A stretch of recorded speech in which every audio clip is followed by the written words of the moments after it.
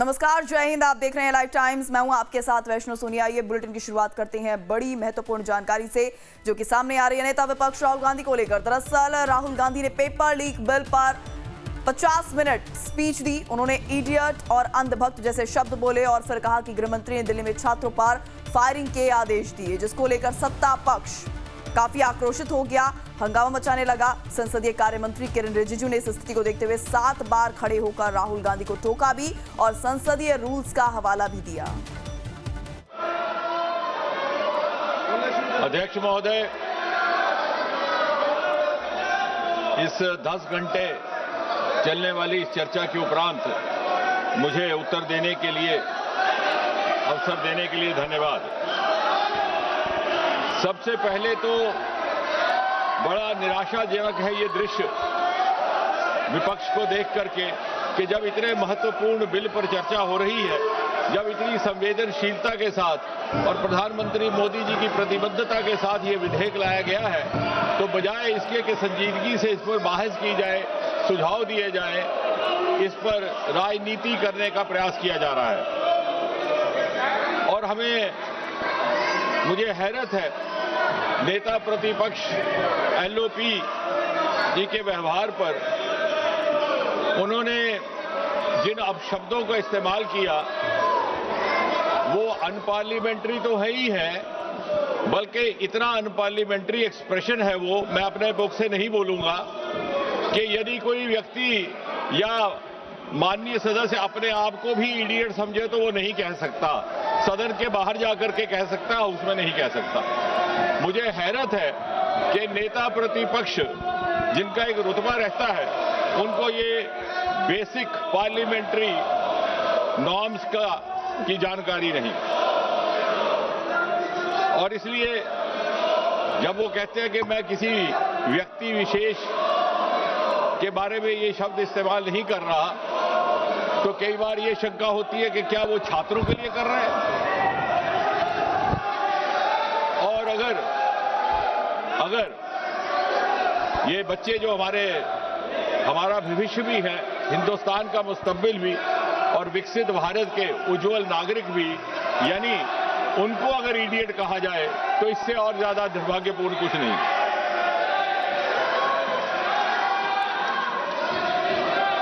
मुझे ये भी हैरानगी है कि नेता प्रतिपक्ष को सार्वजनिक जीवन और प्रशासनिक प्रणाली की जो बुनियादी बिंदु हैं उनकी जानकारी का भी अभाव है। सबसे पहली बात तो ये कि जब वो कहते हैं कि गृह मंत्री जी ने गोली चलाने का आदेश दिया और उसे ऑथेंटिकेट करने में नाकाम है, तो सबसे पहली बुनियादी बात कि कहीं भी गोली चलाने का आदेश कोई मंत्री नहीं देता, वो मैजिस्ट्रेट देता है, एसडीएम देता है, डीएम देता है। हम सब विधायक रहे हैं, सांसद रहे हैं, हमारे अनुभव में है। इसका अर्थ ये हुआ कि उन्हें सार्वजनिक जीवन का भी अनुभव में अभाव है। दूसरी बात, ये बार बार स्पष्ट किया गया कि गोली चली ही नहीं, अश्रु गैस, टीयर गैस का इस्तेमाल हुआ, लेकिन जब गोली चली ही नहीं तो आदेश देने का सवाल ही नहीं पैदा होता। और आदेश देने का अधिकार मैजिस्ट्रेट के पास रहता है, मंत्री के पास नहीं।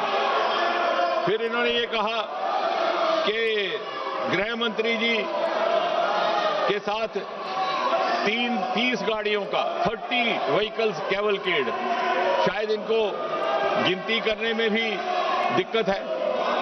इन्होंने शायद वो कैवलकेड देखा ही नहीं कि 30 गाड़ियां कभी भी गृह मंत्री जी के साथ नहीं चलती। फिर उन्होंने ये भी कहा कि गृह मंत्री जी विदेश गए हुए थे। हम में से किसी की जानकारी में ऐसा नहीं, कहीं कोई प्रमाण नहीं, क्योंकि विदेश जाने का सवाल ही नहीं। गृह मंत्री जी कभी भी विदेश नहीं गए। तो यानी तथ्यों के बिना, सत्य के बिना गैर जिम्मेवारी से इस सदन में बात कह देना और फिर कह करके निकल जाना, यह किसी जिम्मेवार नेता और विशेषकर नेता प्रतिपक्ष का व्यवहार हो ही नहीं सकता। अब यह भी कहा गया अब इन्होंने एक कहानी सुनाई, तो मैं भी एक कहानी सुनाना चाहता हूं। और ये कहानी है 21 जुलाई की। 21 जुलाई को नेता प्रतिपक्ष नामालूम क्या सोच करके और किस उम्मीद से जाकर के बैठ गए 7 LKM प्रधानमंत्री आवास के फाटक के बाहर। अब नामालूम क्या था मन में। अब मेरा विभाग ऐसा है जो शोध के साथ ताल्लुक रखता है। जब इस पर थोड़ा सा मंथन किया तो ये संभावना लगी कि शायद बहुत जमाने से इनको ये हसरत सता रही थी कि देश इनको प्रधानमंत्री चुने और 7 LKM में बिठाए। अब इनकी जब वो हसरत पूरी ना हुई तो निराशा और फ्रस्ट्रेशन से हताश होकर के वो प्रधानमंत्री आवास 7 LKM के दरवाजे पर जा बैठे। और फिर जब इनको बड़ी विनम्रता से समझाने का प्रयास किया गया कि ये आपको शोभा नहीं देता, तो इन्होंने कहा कि मुझे उठा लिया जाए। ना चाहते हुए भी जब पुलिस को इनसे ये निवेदन करना पड़ा कि आप हट जाइए, तो बड़े बेगैरत होकर के वहां से निकले। और जैसा कल हमारे एक माननीय सदस्य कह रहे थे, शुरू में तो ये उस आंदोलन के साथ जुड़ने में गुरेज कर रहे थे। इन्हें लगा कि आम आदमी पार्टी का आंदोलन है, लेकिन जब आंदोलन इन्हें लगा कि उठने लगा तो इन्हें जो माननीय सदस्य कल कह रहे थे, जेन जी की जबान में MIA हो गया। MIA मतलब मिसिंग इन एक्शन, जो हमारे जेन जी की भाषा है। और दूसरा, जैसा कल बताया गया कि FOMO, fear of missing from action, और इसलिए ये जाकर के वहां बैठे। और फिर जब इन्हें उठाया गया तो जो इन्होंने दृश्य वहां पे दर्शाया अपने उठाए जाने का, तो क्या वो गालिब का शेर है कि बड़े बेगैरत होकर तेरे कूचे से हम निकले, बड़े बेआबरू होकर तेरे कूचे से हम निकले, बहुत निकले मेरे अरमान लेकिन फिर भी कम निकले। यानी वो जो दबे हुए अरमान है 7 LKM में जाकर के बसने के और नेता बनने के, वो ना मालूम किस किस प्रकार पिछले एक सप्ताह में जाहिर हुए। मैंने 40 से 45 हमारे वक्ता रहे, सबके सुझाव भी नोट किए, बड़े ध्यान से भी सुना। उसमें कुछ एक बातें ऐसी भी आई जो मुझे लगता है कि स्पष्ट करने लायक है। यहां पे ये बताया गया, हमारे कांग्रेस के नेता गगन गोगोई जी ने कहा कि मासूम बच्चों पर जुल्म सितम ढाया गया। शायद उन्हें ये मालूम नहीं कि utmost restraint was exercised and it was made sure that casualties don't happen. लेकिन मुझे लगा बाद में, जैसे मैंने कहा कि जब शोध किया तो ये लगा कि अपने अनुभव से बोल रहे थे, क्योंकि सन 1969 से लेकर के 1984 तक जो असम में ऑल इंडिया स्टूडेंट यूनियन का प्रदर्शन रहा, आंदोलन रहा, वो हमारा रिकॉर्ड बताता है कि 860 innocent people, most of them students had got killed. उस समय सरकार कांग्रेस की थी। तो इन्हें लगा कि जिस तरह से हम अपने जमाने में आंदोलन कर रहे विद्यार्थियों को कुचलने के लिए उन्हें मौत के घाट उतारते थे, शायद इन्होंने भी ऐसा किया हो। माननीय प्रियंका गांधी जी ने एक बड़ी रोचक बात की और ये सुनने लायक है। उनका कहना है कि 152 बार पेपर लीक हुआ। ये आंकड़ा कहां से मिला, कोई प्रमाणित नहीं, कोई ऑथेंटिकेशन नहीं। लेकिन उससे भी अधिक दिलचस्प बात ये है, वो कहती हैं कि 150 papers leak, 150 times the paper leak happened which affected 750 crore children. I have verified this from the written script which was there in the parliament last night, where I wanted to actually check on myself. 150 paper leaks affecting 750 crore children, which means 7.5 billion. The entire population of the world is just about 8 billion. And you have 7.5 billion children in India. ना मालूम ये आंकड़ा कहां से आया, या तो ये मनगढ़ंत है, या तो ये इसमें शरारत है, और या फिर इसमें इग्नोरेंस है। उन्होंने कहा कि सन 2024 के बाद जब ये एक्ट लगा था कोई कार्रवाई नहीं हुई। शायद उन्होंने ये अध्ययन नहीं किया कि 52 FIR लग चुके हैं पिछले 2 वर्ष में जब से ये एक्ट बना, जिसमें से 29 है प्रिवेंशन ऑफ अनफेयर मीन्स और 23 है भारत संहिता के लिए। इसी तरह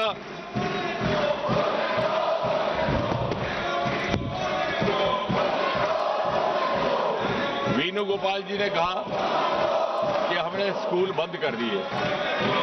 शायद वो ये कहते कि हमारे हायर एजुकेशन के अफसरों में 30% बढ़ोतरी करने का ये काम इस सरकार ने किया है।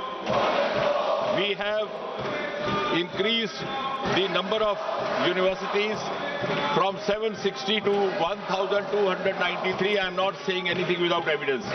The number of higher education institutions has been increased from 51,534 to 64,896.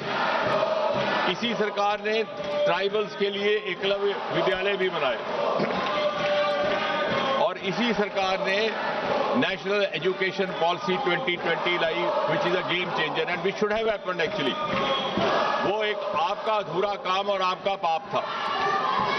उसका नॉमेनक्लेचर भी गलत था। Human resource development is a nomenclature used in the corporate sector and other places to refer to personal management, and you had made young children prisoners of the subjects chosen for them in class 12 by their parents, by their guardians, by their elders. NEP 2020 has liberated our adolescent children from these subjects that they took up for class 12 and given them an aptitudinal freedom. अर्थात यदि कोई माता पिता अपने बच्चे को 12वीं कक्षा में 12वीं जमात में मेडिकल के सब्जेक्ट चुनने के लिए इसलिए हिदायत देते हैं कि उन्हें ये उम्मीद होती है कि वो आगे चल करके डॉक्टर बने, और किसी कारण वो नहीं बन पाता, तो पिछले जैसे हालात नहीं कि वो BSc भी उन्हीं सब मजमून में करेगा, MSc भी उसी सब्जेक्ट में करेगा, PhD भी उसी सब्जेक्ट में करेगा, ना चाहते हुए भी ही becomes prisoner of the subjects. Here we have entry exit. अगर वो डॉक्टर नहीं बना और उस डॉक्टर बनने बगैर वो सब्जेक्ट्स को आगे अध्ययन जारी नहीं रखना चाहता, तो वो लिटरेचर में जा सकता है, मैथमेटिक्स में जा सकता है। There is a democratisation of higher education across the country. और इतना ही नहीं, यही वो सरकार है जिसने मेडिकल एजुकेशन में भी, क्योंकि मेडिकल एजुकेशन के हवाले से बात हो रही है, एम्स की संख्या 7 से लेकर 22 तक बढ़ा दी। गवर्नमेंट मेडिकल कॉलेज की संख्या 387 से 844, MBBS सीट 51,300 से 1,39,000, पोस्ट ग्रेजुएशन सीट्स 31,100 से 86,300 तक। अब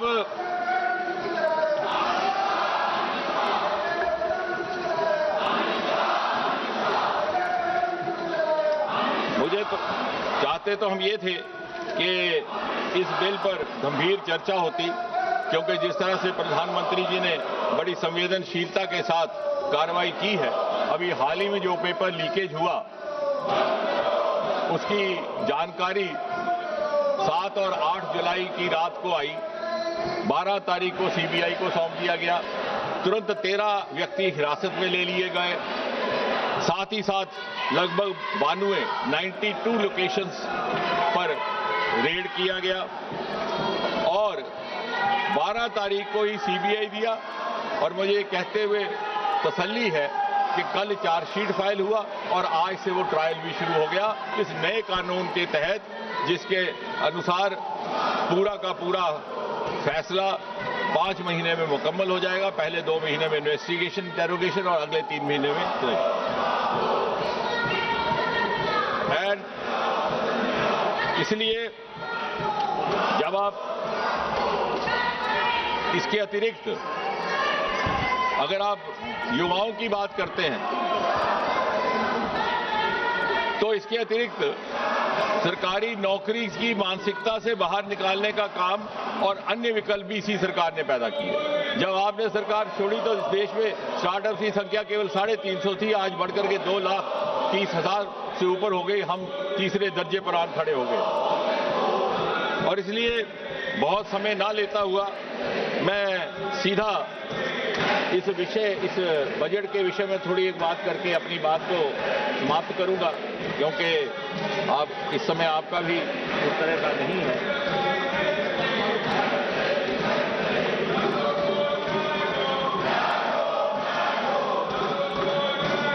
इस बिल की ये खासियत है कि the public examination prevention of unfair means amendment bill 2026, इसकी कुछ एक धाराएं मैंने कल भी व्याख्या की थी।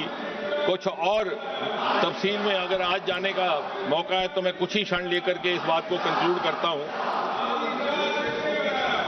Public examination prevention of unfair means bill 2024 was enacted in January 24, लेकिन हाल ही के घटनाक्रम के बाद ये इस सरकार की संवेदनशीलता है and openness to accept the inputs and to learn from the experience and also to learn from the advice of the experts के लगा कि इसको और स्ट्रिंजेंट बनाया जाए।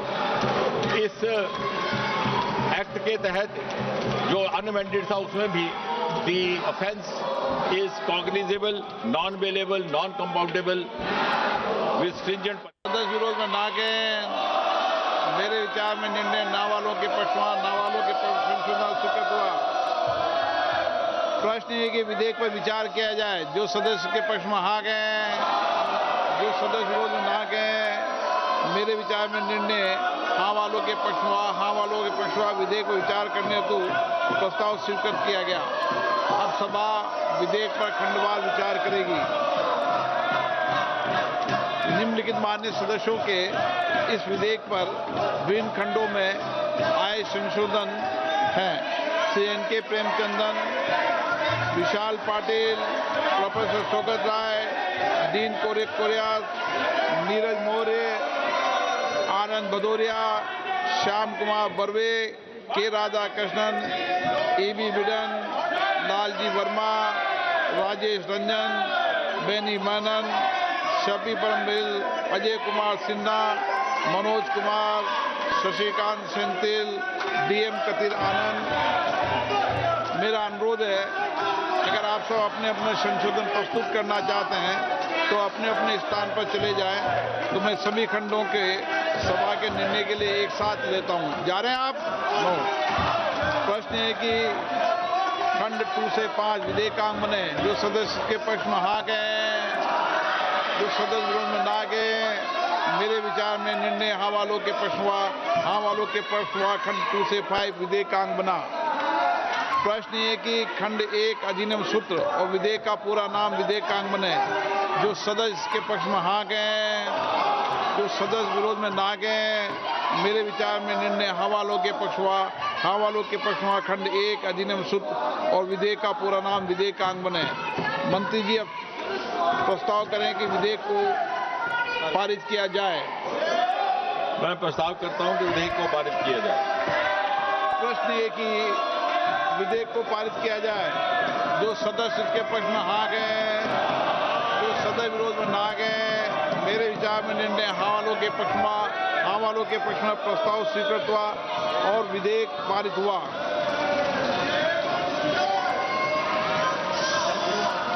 सभा की कार्रवाई कल गुरुवार दिनांक 30 जुलाई 2026 को 11 बजे तक के लिए स्थगित की जाती है।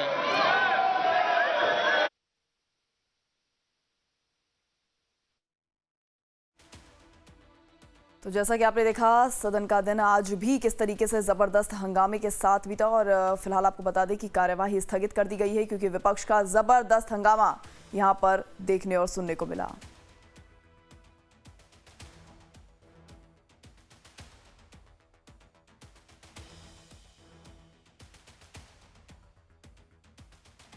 इसी के साथ आपको बड़ी महत्वपूर्ण जानकारी से रूबरू करवा दें तो लोकसभा में एंटी पेपर लीक बिल जो है वो पास हो चुका है और इसी के साथ लोकसभा की कार्यवाही को स्थगित भी कर दिया गया है।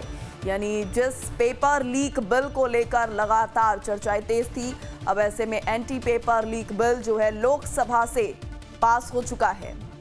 ये बड़ी और महत्वपूर्ण जानकारी फिलहाल लोकसभा से सामने आ रही है, जहां पर आज का दिन काफी हंगामेदार रहा। इस बीच आपको बता दें कि जिस बिल को लेकर चर्चाएं काफी तेज थी और इस बीच ये भी देखा जा रहा था कि बिल को लेकर दोनों पक्ष यहां पर चर्चा करते भी नजर नहीं आ रहे थे, लेकिन फिलहाल जो चर्चा हुई, जबरदस्त हंगामा यहां पर सदन में देखने को मिला है। और इस बीच ये बड़ी और महत्वपूर्ण जानकारी कि लोकसभा में anti paper leak bill pass हो चुका है।